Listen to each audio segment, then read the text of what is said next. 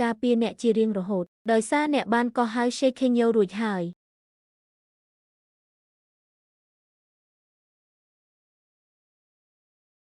តើខ្ញុំអាចធ្វើដូចម្តេចបានបើខ្ញុំហៅខ្លួនឯងថាស្វាមីតែមួយម៉ាត់មិនអាចអ្នកត្រូវបានគេធ្វើបាបនៅក្នុងប្រាសាទដែលទ្រុឌទ្រោមនេះមានរឿងអ្វីកើតឡើងនៅទីនេះខ្ញុំកំពុងធ្វើរឿងនេះ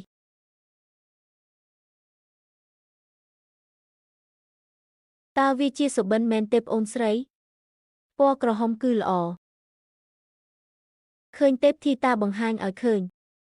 ចូលយើងរៀបការចុះបាត់ប្រហែលជាសំបីតែព្រះក៏អាណិតយើងដែរបើអាចិនយើងមិនខ្ពស់ដូចឪពុកម្ដាយយើងទេ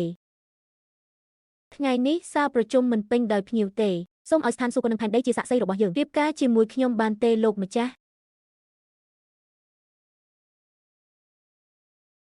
ខ្ញុំមានឆន្ទៈក្នុងការធ្វើវា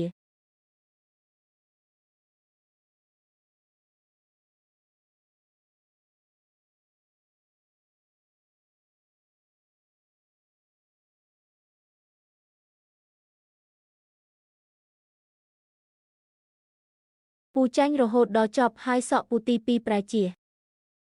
ពូទី3របស់គាត់មានកូននិងចៅជាច្រើនអាចេនធំធាត់ឡើងជាមួយគ្មាននរណាម្នាក់ក្រៅពីខ្ញុំទេក្នុងរយៈពេលជាច្រើនឆ្នាំរបស់គាត់ម៉ាក់ឲ្យម៉ាក់ជាមនុស្សដំបូងគេដែលល្អចំពោះកូនយ៉ាងនេះព្រះមនុស្ស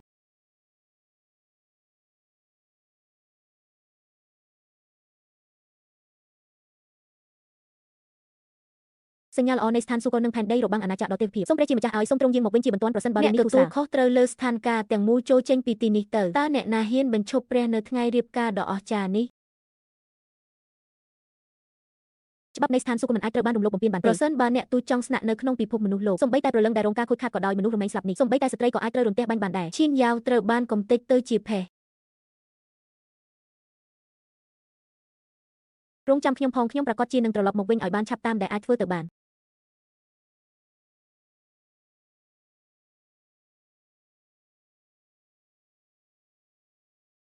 អាចេន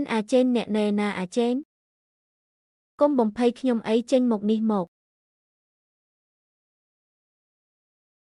នាងមិនមែនជាកូនស្រីច្បងរបស់គ្រួសារស៊ូទេអ្នកស្រីជាមនុស្សព្រៃផ្សៃរបស់អ្នកតើខ្ញុំអាចទុកអ្នកចោលហើយរត់គេចដោយរបៀបណាតើអ្នកកំពុងព្យាយាមធ្វើអ្វីតើអ្នកមិនដឹងខ្មាស់អៀនអ្វីទេគ្រួសារស៊ូស្រីតូចគួរឲ្យខ្មាស់អ្នកបានធ្វើឲ្យខ្ញុំអាម៉ាស់មុខទាំងស្រុងមនុស្សបានឲ្យខ្ញុំនៅសម្រាម5ដុំនេះគាត់ត្រូវបានចងហើយអូសត្រឡប់ទៅផ្ទះគ្រួសារស៊ូវិញបន្ទាប់មកត្រូវបានដោះលែងខ្ញុំរៀបការរួចហើយចុះអ្នកវិញអ្នកមានសិទ្ធិបង្ខំខ្ញុំឲ្យរៀបការជាមួយអ្នកផ្សេងប្រាប់ជន់ផិតក្បត់ឲ្យនាំអ្នកស្រីស៊ូទៅឆ្ងាយប្អូនស្រីមិនខ្លាចការសងសឹកទេហេតុអ្វីបានជាអ្នកធ្វើបែបនេះចំពោះខ្លួនឯងអតីតស្រីកំណាន់វ័យក្មេងនៃគ្រួសារវាមិនត្រឹមត្រូវទេក្នុងការទូចឲ្យដើរតាមមនុស្សដែលមានក្លិនស្អុយអំពើជួញដូរគ្រឿងញៀនដ៏ឃោរឃៅរបស់អ្នកជួញដូរគ្រឿងញៀនឥឡូវនេះបានក្លាយជារឿងបានទីខោឡើងហើយរត់ចេញអ្នកត្រូវបានទុកចោលតែម្នាក់ឯងនៅក្នុងប្រាសាទដែលទ្រុឌទ្រោមអ្នកគ្រាន់តែជាមនុស្សម្នាក់ដែលគ្មាននរណាម្នាក់ចង់បាននៅពេលនេះខ្មាស់គេណាស់ប្អូនស្រីល្ងងអើយវាគ្រាន់តែចំណាយប្រាក់បន្តិចបន្តួចប៉ុណ្ណោះសម្រាប់តែក្តៅអនុញ្ញាតឲ្យខ្ញុំលៀងអ្នកគ្រប់គ្រាន់ហើយវណ្ណភាពក្រីក្រនិងភាពកខ្វក់ទាំងអស់នោះអតីតចៅហ្វាយនាយបាននិយាយមិនសមហេតុផលជាមួយគាត់កាលពីម្សិលបានខឹងយ៉ាងខ្លាំងខ្ញុំបានសន្យាជាមួយគាត់